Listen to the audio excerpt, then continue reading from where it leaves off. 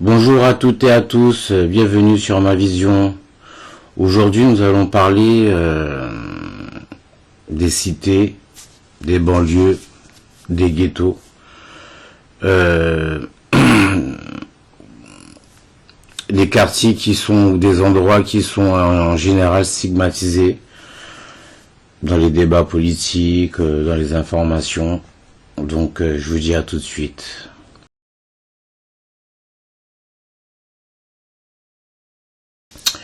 Donc voilà, comme je vous ai dit, aujourd'hui nous allons parler des cités, des banlieues et des ghettos.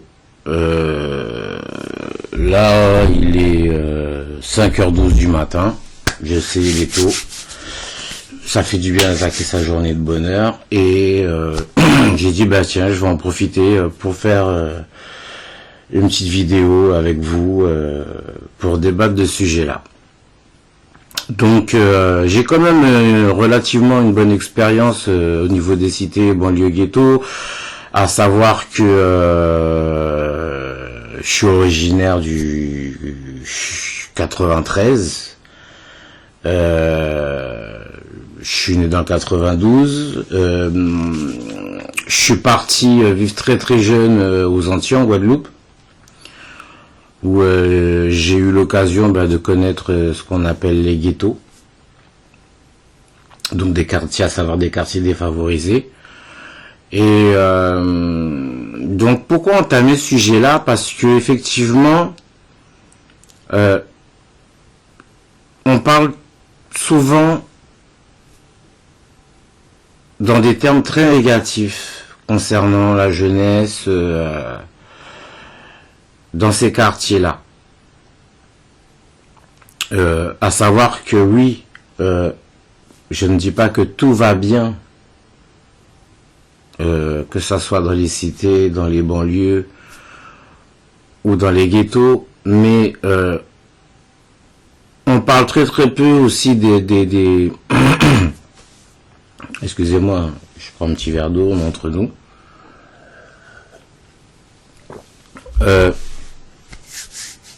Des choses extraordinaires qui en sortent. Les grands sportifs, de grands artistes, des politiciens aussi, qui sont sortis de quartiers pauvres, dans tous les niveaux, que ce soit des scientifiques, des poètes, des artistes, comme je le disais, même si on remonte plus loin à l'époque, des grands écrivains, des grands personnages de notre histoire qui sont sortis justement de quartiers pauvres. Et on n'en parle pas. Bon, je peux vous citer 2-3 noms. On va par exemple aller, je vais aller un peu plus loin aux États-Unis, des Mike Tyson, des Gervonta Davis, des gens qui ont eu des histoires vraiment, qui sont sortis vraiment de très très bas pour arriver très très haut. En France, nous avons aussi de très grands sportifs, comme je vous dis, dans tous les secteurs, politiques, scientifiques, poètes, écrivains, dans tous les domaines. Et on n'en parle pas assez. Et effectivement, quand on sort de ces quartiers-là, à partir du moment où, en général, on sort de ces endroits précaires, où c'est beaucoup plus compliqué de s'en sortir quand on veut arriver à des objectifs élevés, systématiquement, le mental, la détermination, la volonté, elle est beaucoup plus grande. C'est logique. Une montagne, plus elle est haute à franchir, plus les efforts seront conséquents. Et tout ça pour en venir que je pense que on devrait réorienter notre vision notre débat est l'investissement des politiques de la société vers ces quartiers. Parce que l'histoire nous l'a appris. Que les plus grands en général de ce monde sont sortis de la misère, viennent de la misère, ou de ces quartiers stigmatisés. Donc, ces jeunes, ces habitants, moi je parle par exemple, au niveau des ghettos, j'y ai appris une forme de respect que je ne vois pas et que je n'ai pas appris dans des quartiers beaucoup plus aisés, et bien au contraire. Malgré les choses qui vont pas, la violence et tout ce qui va avec, mais une forme de respect du travail, de la volonté. Quand vous voyez des mères de famille qui sont obligées de laver des linges avec des bouches à incendie parce que ils ont pas d'eau chez eux, qui vraiment fonctionnent au système D, partent d'en bas et arrivent à exceller dans leur domaine par rapport à des gens qui, justement, n'ont pas eu ces difficultés. Et moi, je voudrais qu'on le note. Je voudrais qu'on le note ça, et que au lieu de se dire oui, mais dans les cités, il y a que des racailles, il y a que ci, il y a que de la violence. C'est faux. Il y a de gros potentiels, la preuve. Et si on misait justement, on investissait un peu plus sur cette jeunesse, sur ces quartiers, si déjà, en étant dans ces difficultés-là, ils arrivent à exceller, en leur donnant un coup de main, est-ce que justement le niveau il sera pas encore plus haut? Pour les sportifs, vous connaissez tous l'histoire de McGregor, par exemple, et de beaucoup d'autres. Donc,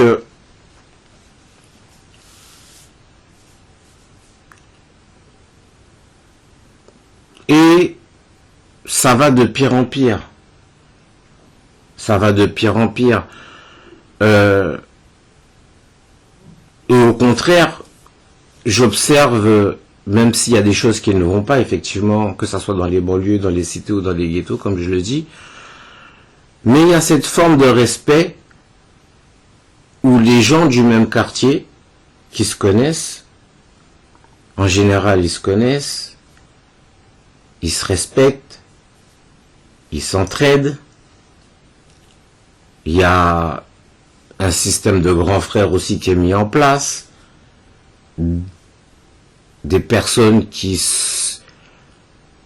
sans qu'on leur ait rien demandé, qui sont pas payées pour ça, s'investissent dans leur quartier pour aider leur jeunesse, pour aider les jeunes, pour les orienter, pour se substituer à ce que l'État ou le gouvernement ne fait pas forcément.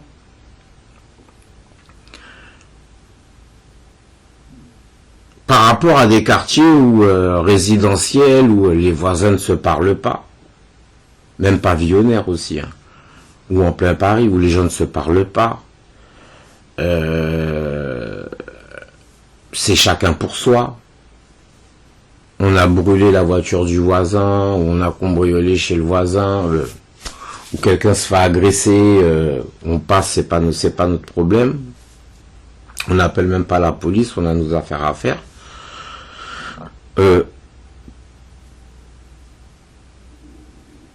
Donc, je pense qu'il n'y a pas une science exacte qui dit que oui, que quand on sort des quartiers dits favorisés, pavillonnaires ou quartiers riches ou ce que vous voulez, ces personnes-là sont meilleures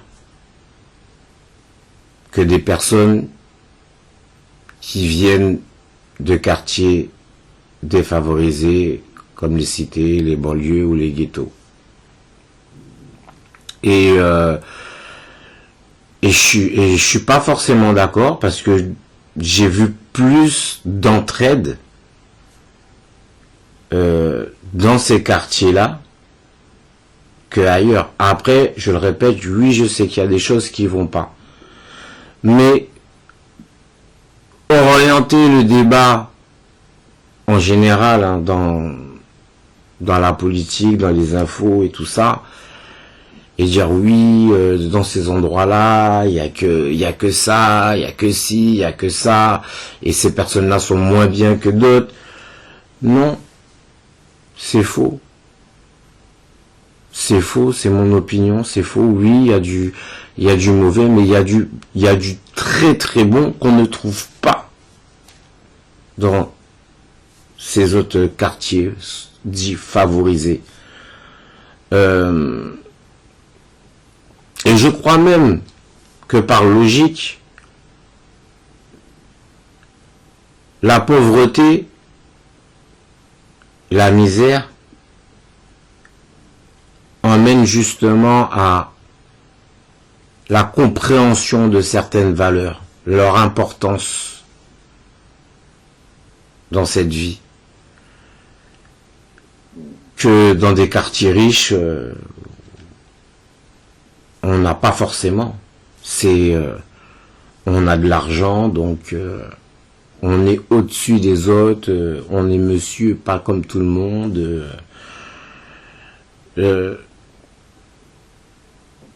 Donc, on va me dire que c'est faux, ou il y aura débat sur la question, mais ces quartiers sont abandonnés. Oui, il y a des choses qui sont faites. Je dis pas qu'il n'y a pas des élus qui se manifestent. Il y a, comme je vous dis, dans ces quartiers-là, il y a même des citoyens qui prennent les devants et qui s'investissent dans leur quartier pour aider leur jeunesse, pour aider leurs concitoyens, pour améliorer la qualité de vie dans leur quartier. Et c'est comme ce débat de vouloir stigmatiser les Arabes, les Antillais ou autres origines.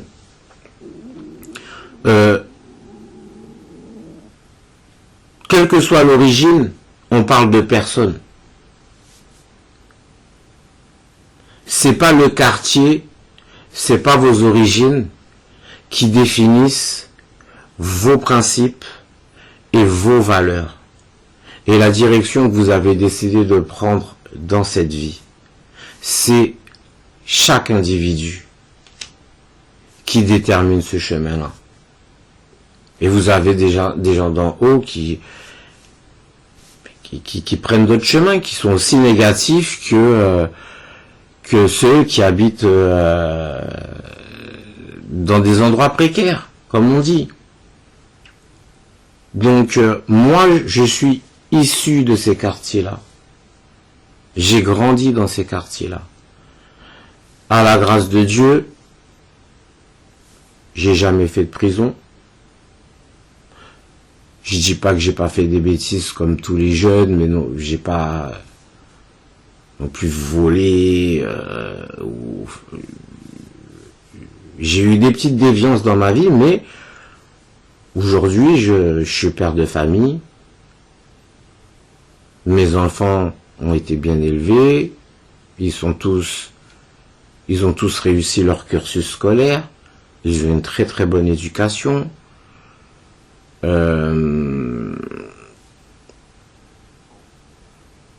Professionnellement, je me suis construit. tout seul. J'ai travaillé à l'école. J'ai eu un emploi stable et des fonctions importantes.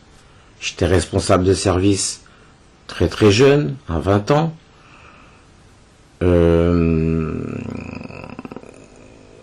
J'ai la valeur du respect des autres, de ne pas juger les autres, de ne pas avoir une perception toute faite sur les individus, et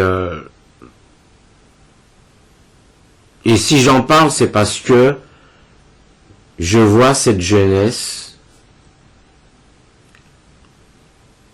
de ces quartiers où, en plus, comme je vous dis, où sortent les plus grands dans tous les domaines. Pourquoi, en 2023, avec ce que l'histoire nous a appris, on n'évolue pas un peu dans notre tête en disant, mais là, il y a du potentiel. Il y a des individus qui peuvent faire grandir cette société. Aider à rendre ce monde meilleur. On a beau avoir toute la technologie du monde aujourd'hui, de meilleures voitures, de meilleures télés, de meilleurs vêtements, de meilleurs équipements. À la base, ce qui rend ce monde meilleur, c'est l'individu. De manière générale, c'est l'humain en s'élevant dans la positivité qui se fait grandir lui-même et qui fait grandir le monde et les gens dont il s'entoure. Donc, je pense, en plus de ce qui se passe justement en ce moment, sans prendre parti ni pour les uns ni pour les autres, le débat n'est pas du tout là-dessus.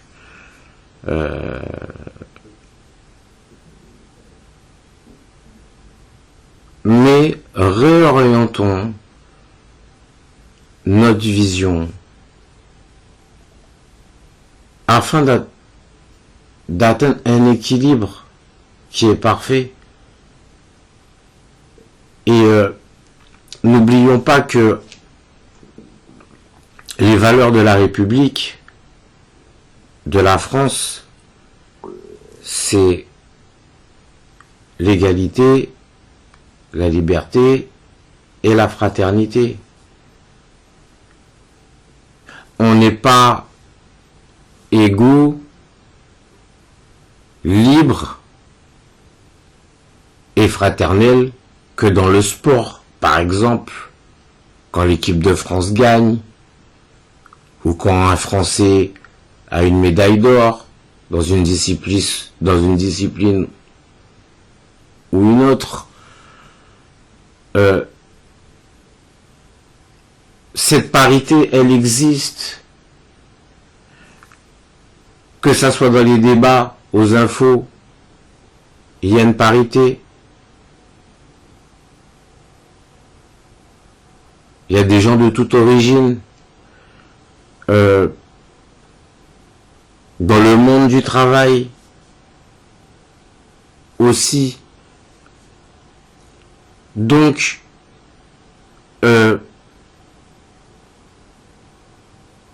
quand il se passe quelque chose de négatif,